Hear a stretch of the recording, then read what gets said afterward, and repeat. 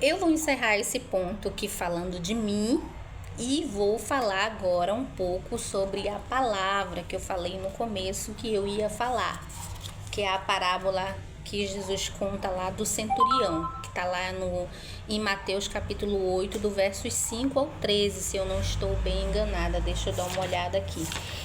E aí a palavra de Deus aqui está falando do centurião que foi ter com Jesus, que foi até Jesus e pediu e falou da enfermidade do seu criado. O interessante, se você puder, abra sua Bíblia lá ou pegue uma Bíblia que não é sua e leia.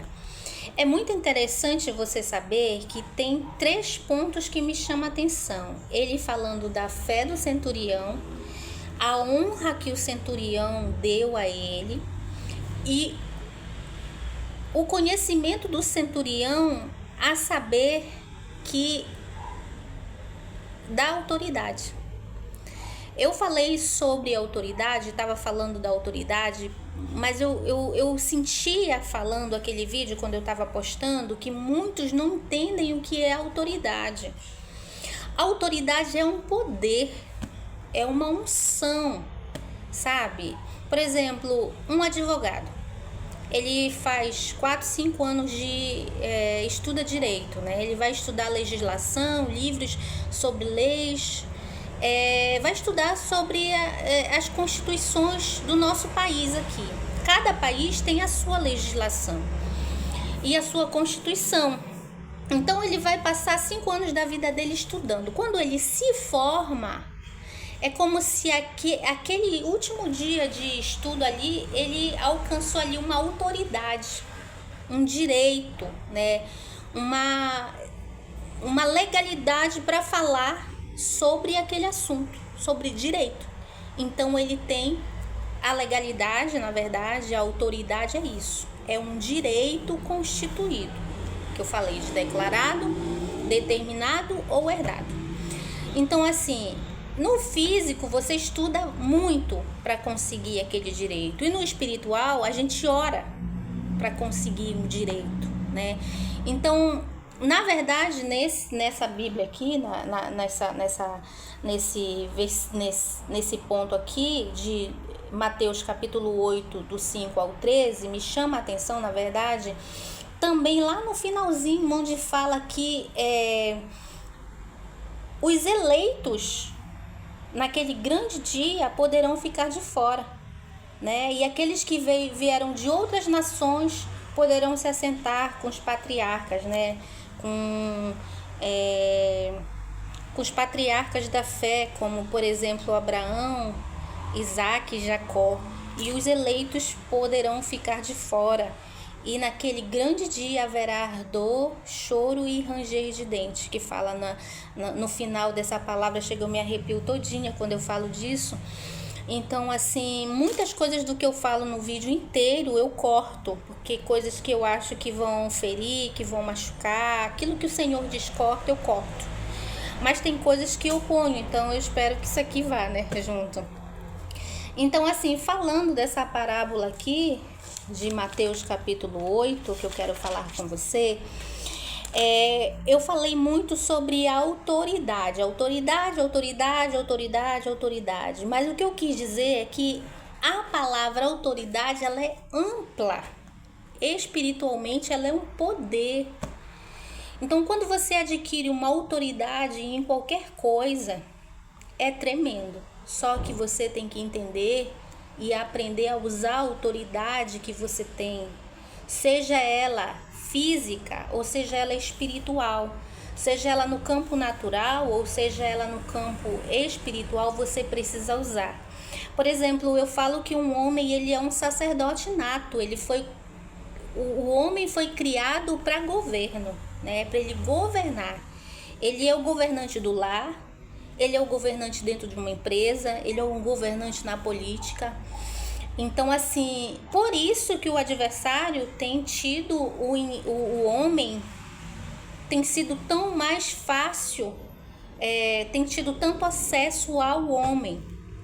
Por quê? O homem, ele é o sacerdote, ele é aquele que tem autoridade. O adversário, ele procura poder. Então, o poder do homem no mundo espiritual, uma palavra lançada de um homem no mundo espiritual é forte, porque ele tem uma autoridade constituída pelo próprio Deus, tá?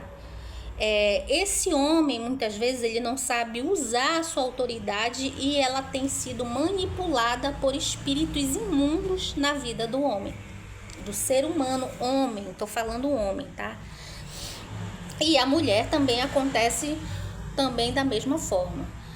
Eu não tô entrando aqui nada assim tão miraculoso, tá? Eu tô falando da palavra basicamente, não tô falando nada do espiritual, nada de tão grave aqui.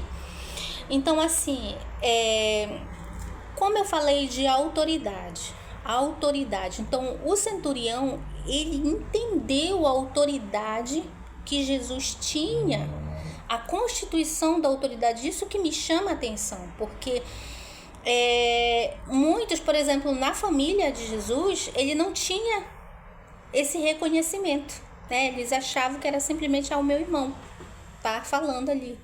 Mas o centurião de fora, ele via a autoridade de Jesus, o direito, o poder constituído através da vida dele.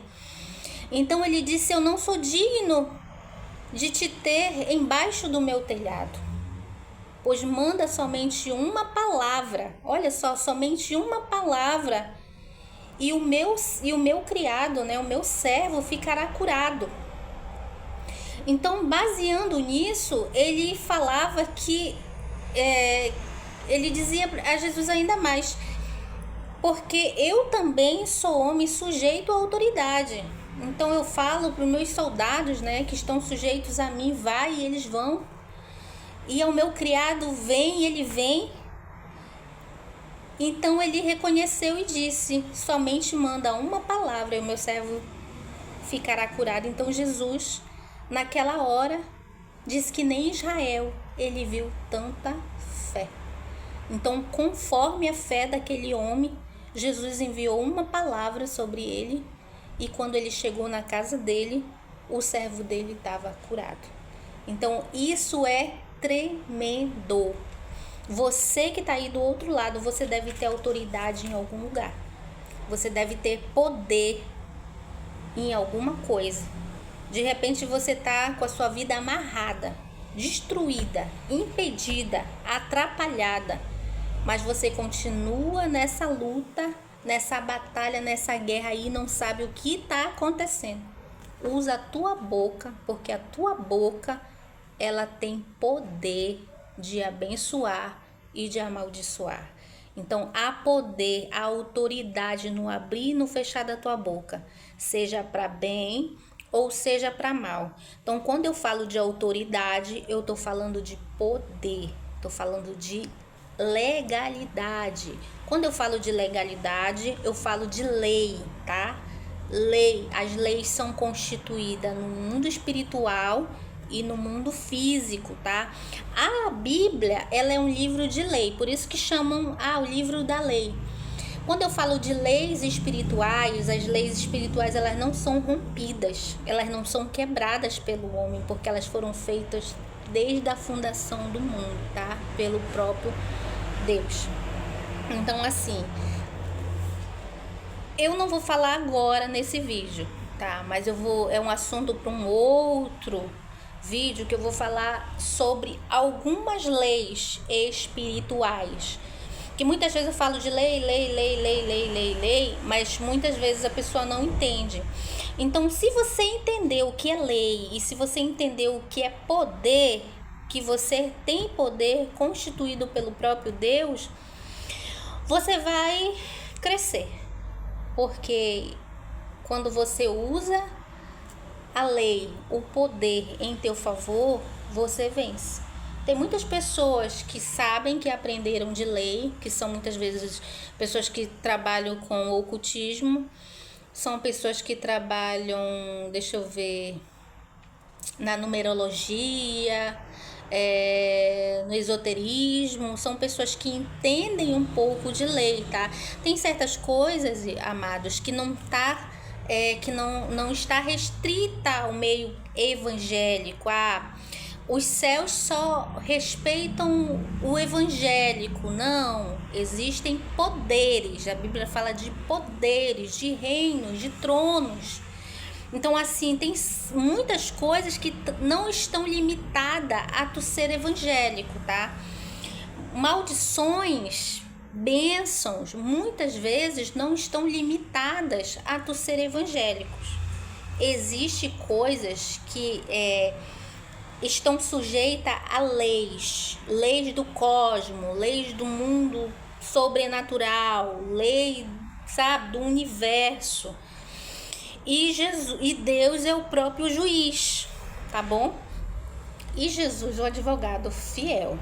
Então, assim, eu não tô aqui querendo tirar o poder de Cristo, o poder de Deus, mas existem coisas que não estão limitadas a tu ser evangélico. Por exemplo, muita gente acha que o pastor, ele é o soberano todo-poderoso. Não é, tá? Muitas vezes o adversário tá usando a boca desse pastor, muitas vezes o adversário tá usando o corpo do pastor para se prostituir. Não tô aqui generalizando, tá? Dizendo que nenhum pastor presta, não é isso que eu tô falando, mas tô dizendo que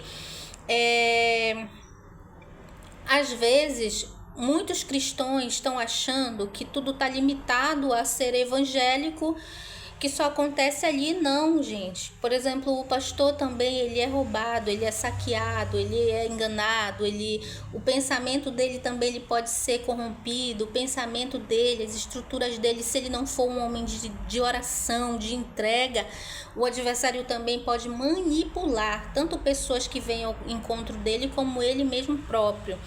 Então, assim, a gente vive num mundo tenebroso, onde a gente tem que ter vigilância de todos os lados, de todos os jeitos. Eu espero que você entenda o que eu estou tentando dizer. Mas se você não conseguiu entender o que eu falei, alguma coisa você deixa aqui nos comentários, tá? E aí a gente vai estar respondendo para você, tentando tirar tuas dúvidas, ok? Ou, quem sabe, fazendo um outro vídeo em cima desse comentário, tá bom? Então é isso. Deus abençoe e fique na paz. Tchau, tchau.